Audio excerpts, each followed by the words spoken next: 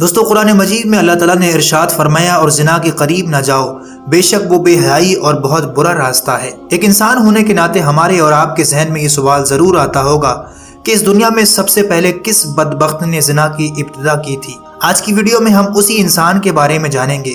گزارش ہے اس ویڈیو کو اینڈ تک ضرور دیکھیے گا۔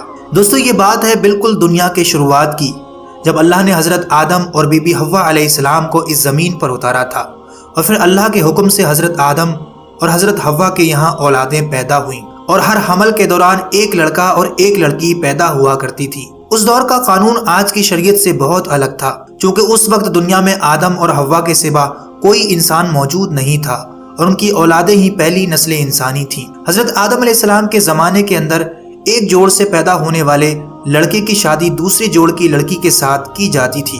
اسی طرح دوسرے جوڑ کے لڑکی کی شادی پہلے جوڑ کے لڑکے سے کی جاتی تھی، یعنی ایک ہی پیٹ سے پیدا ہونے والے بھائی بہن کی آپس میں شادی حرام تھی، لیکن الگ الگ حمل سے پیدا ہونے والے بچوں کا نکاح جائز تھا۔ اور یاد رہے یہ حکم صرف اس وقت کے لیے تھا۔ پھر اسی دوران حضرت آدم علیہ السلام کے یہاں قابیل اور حابیل پیدا ہوئے۔ چنانچہ قابیل کی بہن القمہ بہت زیادہ خوبصورت تھی، جبکہ جو لڑکی حابیل کے ساتھ پیدا ہوئی تھی وہ اتنی خوبصورت نہیں تھی۔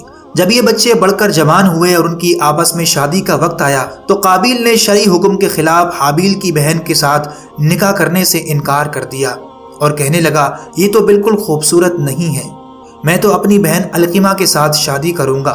دوستو یہ معاملہ اس قدر بڑھ گیا کہ حضرت آدم علیہ السلام نے حکم دیا کہ دونوں بھائی اللہ تبارک و تعالیٰ کی بارگاہ میں اپنی اپنی قربانی پیش کریں گے۔ جس کی قربانی اللہ تعالیٰ کی بارگاہ میں قبول ہوگی وہی شخص القمہ سے شادی کا حقدار ہوگا۔ چنانچہ اس شرط کے مطابق دونوں نے اپنی اپنی قربانی ایک پہاڑ پر پیش کی۔ حابیل جو بکری چرانے کا کام کرتے تھے انہوں نے اپنی ایک بہترین بھیڑ کی قربانی راہ خدا میں پیش کی۔ قابیل جو کہ کھیتی باڑی کا کام کیا کرتا تھا اس نے اپنے کھیت کی فصل میں سے تھوڑا حصہ پیش کیا۔ اس دور میں قربانی قبول ہونے کی یہ نشانی تھی کہ جس کی قربانی قبول ہوتی اس کو ایک آگ آسمان سے آ کر کھا جاتی تھی۔ اس آگ نے حابیل کی قربانی کو آ کر نگل لیا۔ اب القمہ کا نکاح حابیل کے ساتھ کیا جانا تھا۔ یہ دیکھ کر قابیل اپنے بھائی سے جلنے لگا، اس کے دل میں حسد، جلن جیسی چیزیں جنم لینے لگی، اور ایک دن موقع پا کر قابیل نے اپنے بھائی حابیل کو مار دیا۔ اس واقعے کو آپ میں سے بہت سے لوگوں نے سنا ہوگا، قرآن نے بھی اس کو بیان فرمایا ہے، اور یہ دنیا کا پہلا قاتل تھا۔ اس کے بعد قابیل اپنی بہن القمہ کو لے کر وہاں سے چلا گیا، کیونکہ مسلسل شیطان اس کے پاس آتا رہا اور اس کو اس بات سے ڈراتا رہا کہ اب تمہیں سزا کے طور پر قتل کر دیا جائے گا۔ لہٰذا قابیل اپنی بہن القمہ کو لے کر دور کہیں جنگل میں جا بسا، جہاں اس نے جا کر القمہ کے ساتھ زنا کیا، اور یہ اس طرح ہماری دنیا کا پہلا زانی یعنی زنا کرنے والا انسان تھا، جس نے اس وقت کی شریعت کے خلاف جا کر اپنے والد حضرت آدم علیہ السلام کے خلاف جا کر اس القمہ کے ساتھ زنا کیا جو اس کے جوڑے کی قانونی طور پر بہن ٹھہری تھی۔ اس کے بعد حضرت آدم علیہ السلام نے سزا کے طور پر اسے اپنے علاقوں سے بے دخل کر دیا۔ اس کے بعد دوستو زنا کی محفلوں کی ابتدا ہوئی۔ قابیل جو عدن کے علاقوں میں جا کر بس گیا تھا، اولادوں کے جوان ہونے تک شیطان پوری طرح اس کے ساتھ رہا، اور شیطان کے بہکانے پر ہی دنیا میں پہلی بار غیر خدا کی عبادت شروع ہوئی۔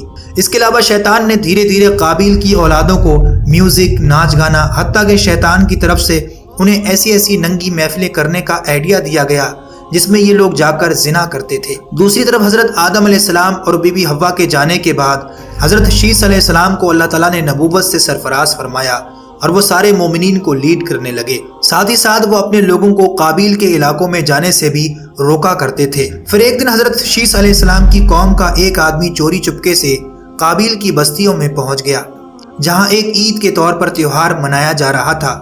جب وہ شخص وہاں پہنچا تو اس نے دیکھا کہ وہاں کی عورتیں بہت زیادہ حسین و جمیل تھیں۔ روایت کے اندر آتا ہے کہ حضرت شیث علیہ السلام اور ان کے ساتھ میں جو مومنین کی جماعت تھی ان کے مرد بہت زیادہ حسین و جمیل اور خوبصورت تھے، جبکہ ان کے ساتھ جو عورتیں تھیں وہ اتنی زیادہ خوبصورت نہیں تھیں۔ جبکہ قابیل کی اولادوں کے اندر مرد انتہائی بدصورت تھے اور عورتیں بہت ہی زیادہ خوبصورت اور حسین و جمیل تھیں۔ وہ نوجوان ان لڑکیوں کے حسن کو دیکھ کر بہت زیادہ متاثر ہوا۔ جب وہ نوجوان واپس آیا تو اس نے چوری چپکے دیگر مومنین کو بھی اس بات کی خبر دی۔ چنانچہ پھر مومنین لوگوں میں سے بعض کمزور ایمان والے وہاں سے ہجرت کرنے لگے اور قابیل کی اولادوں کے پاس جا کر ان کی عورتوں کے فتنے فساد کے اندر مبتلا ہونے لگے اور آپس میں زنا کرنے لگے، جس سے زنا جیسی کبیرہ گناہ کی ابتدا ہوئی۔ اس دوران دوستو قابیل کا گروہ تعداد میں بہت زیادہ اور بہت طاقتور ہو چکا تھا اور یہ فتنہ اپنی بستیوں کے علاوہ اب باہر پھیلنا شروع ہو چکا تھا، اور اس طرح دوستو دنیا میں پہلی بار زنا کی ابتدا ہوئی۔ امید کرتے ہیں آج کا یہ انفارمیشن میرا ویڈیو آپ کو پسند آیا ہوگا۔ ویڈیو اچھا لگا تو اسے لائک اور آگے ایسی اچھی ویڈیو کے لیے چینل کو ضرور سبسکرائب کر لیں۔